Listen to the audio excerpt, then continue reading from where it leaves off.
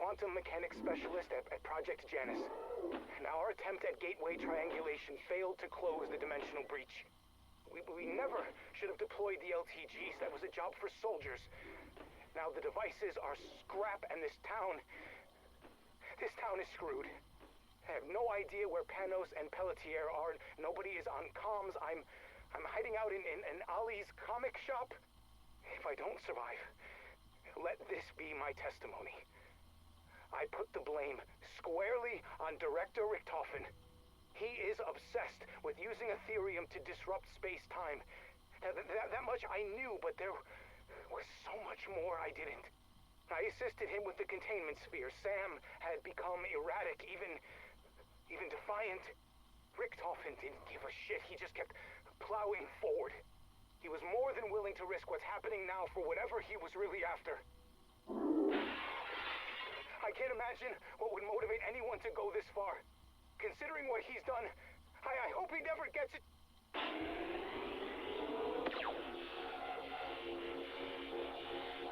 Ollie, careful where you point her!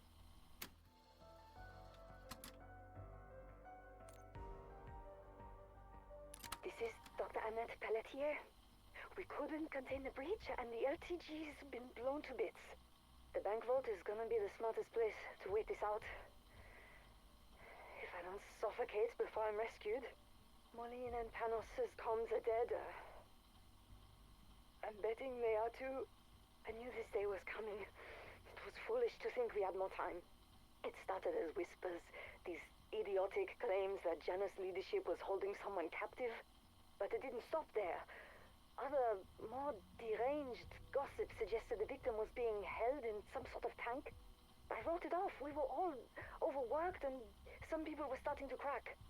Less than a week later, an anti-fraternization policy was enforced. We weren't allowed to interact with other departments. Research teams are kept compartmentalized. It's essential to our work, but with Janus, was that also to cover up something nefarious? All I know is the conspiracies flying around suddenly had an air of legitimacy, and if even a fraction of it was true, everyone was in danger. I warned my team about the rumors. Fingers crossed they're still alive. Security was a different story. They chose to ignore the bossy lady scientist. Whatever. I may be bossy, but those negligent a-holes have killed us all.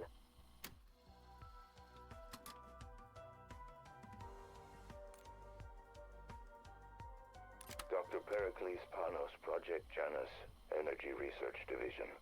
It has become abundantly clear Director Richtofen is slipping.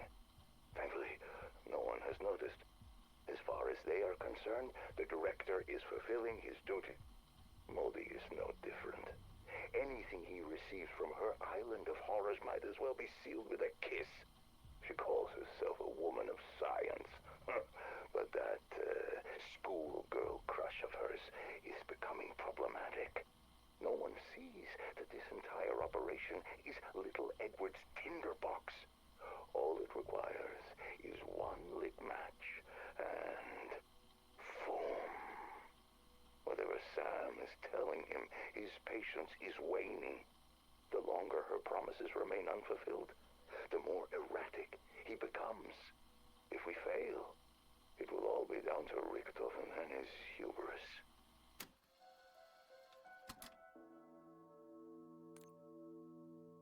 Chief of Security, John Blanchard. Inspected construction today. Project's really coming together, but I keep thinking about how my granddad wouldn't take me to Fort Washita when I was a kid. I wanted to do their bullshit ghost tour for Halloween. Sounded like dumb fun. Sorry, Johnny. That place is bad medicine. Granddad actually used those words, and he meant it. Now I'm starting to think the same thing might be true about the mansion. I'd like to believe Josiah Shem didn't know what he was doing when he had his flock build the place. If he did, then he got what he deserved. Shem's folly. Ain't that the truth? Every owner after him, captains of industry, gangsters, you name it. All their money and power couldn't save them. Shit like that doesn't just happen without Other forces at work. Granddad knew that. But that's where the director wants to bunk down. And I can't talk him out of it. So my job's making sure he doesn't end up like everyone else who moved into the murder mansion. Lucky me.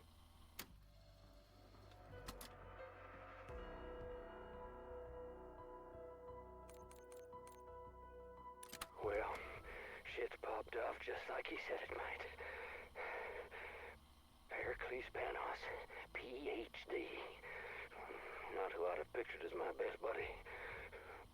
But he's a good machinist and a no-bullshit guy. He loves bourbon almost as much as me. We built us a whiskey still. The Thrustadine Model 23. I shit you not, the boiler's heated by a freaking jet engine. Panos, he worked at Project Janus. Kind of a genius. Always bitching about office politics and weird experiments.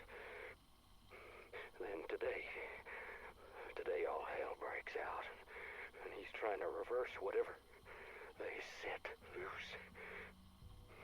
He tracked me down and he gave me a diagram. Claimed it could turn the Thrustadine into a weapon. All I needed was some wire, a handbrake, and a pressure gauge. I only managed to fetch the engine before the maggot sex damn near tore me apart. Oh, hell, I'm too beat up now to go gate crashing. Need a lucky rabbit's foot just to survive out there. May as well fetch my own funeral wreath.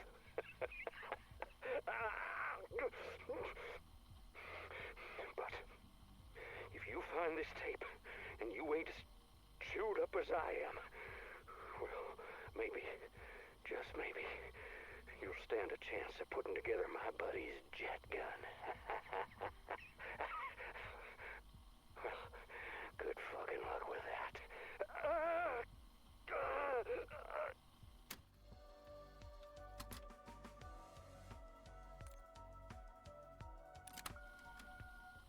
Hey, Joe, Etherell is selling like hotcakes. First run of 500's already gone. And folks are coming in just to get a picture with the statue. Now, don't worry, I won't turn it back on. Especially since I finally got the wall fixed up from the last time. Oh, hey, speaking of, Sheriff came over, barking about Janus suits getting all up in his shit, asking about that night. He wanted me to take it down, but I told him hell no. It's a tourist attraction. Plus, we worked hard on it. Anywho, I'm gonna head out and print some more. Hey, your ass better be writing issue number 2.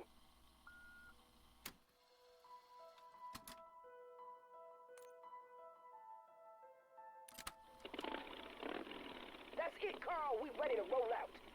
You go ahead. I'm doing one last sweep through town. See if there are any stragglers. What stragglers? It's been hours since we've seen signs of life. Ain't nothing left except those freaks in their glowing eyes. The devil's eyes got hellfire burning inside them. That's what Mama said. Carl, listen, I know you're a good man. And you found the little girl at Freedom Fried Chicken, didn't you? Yeah, but she's all there was. Face it, Liberty Falls is dead and buried. No, it ain't. Not till I say it is. Nothing out there gives a flying fuck what you say. Watch it. Look, I'd get my tire iron and take them all on if I thought it'd make a difference. But brother, that ain't in the cards. You get on that bike, it's gonna be your last ride.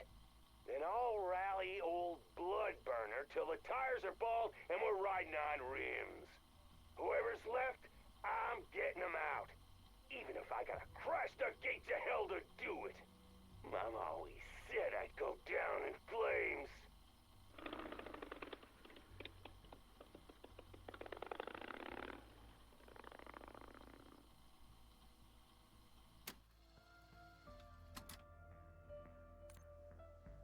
Whoever may find this, I want to let it be known that this community summoned this wrath upon itself. This church was a hollow vessel. Our prayers dwindle into a quiet whisper. children running rampant with no humility or respect. Their satanic music playing incessantly. All of them sat in front of their television sets, worshiping that false prophet, blocking out the divine life. Those towers were built to test our faith, and we had none to hold back the evil within them. Janus people filled my church, drank my wine, asked for forgiveness. I was overjoyed. My pride blinded me from seeing their true design. Liberty Falls was chosen to be the genesis of the end. I gaze upon this rapture with calm and serenity as I await the warm embrace of paradise.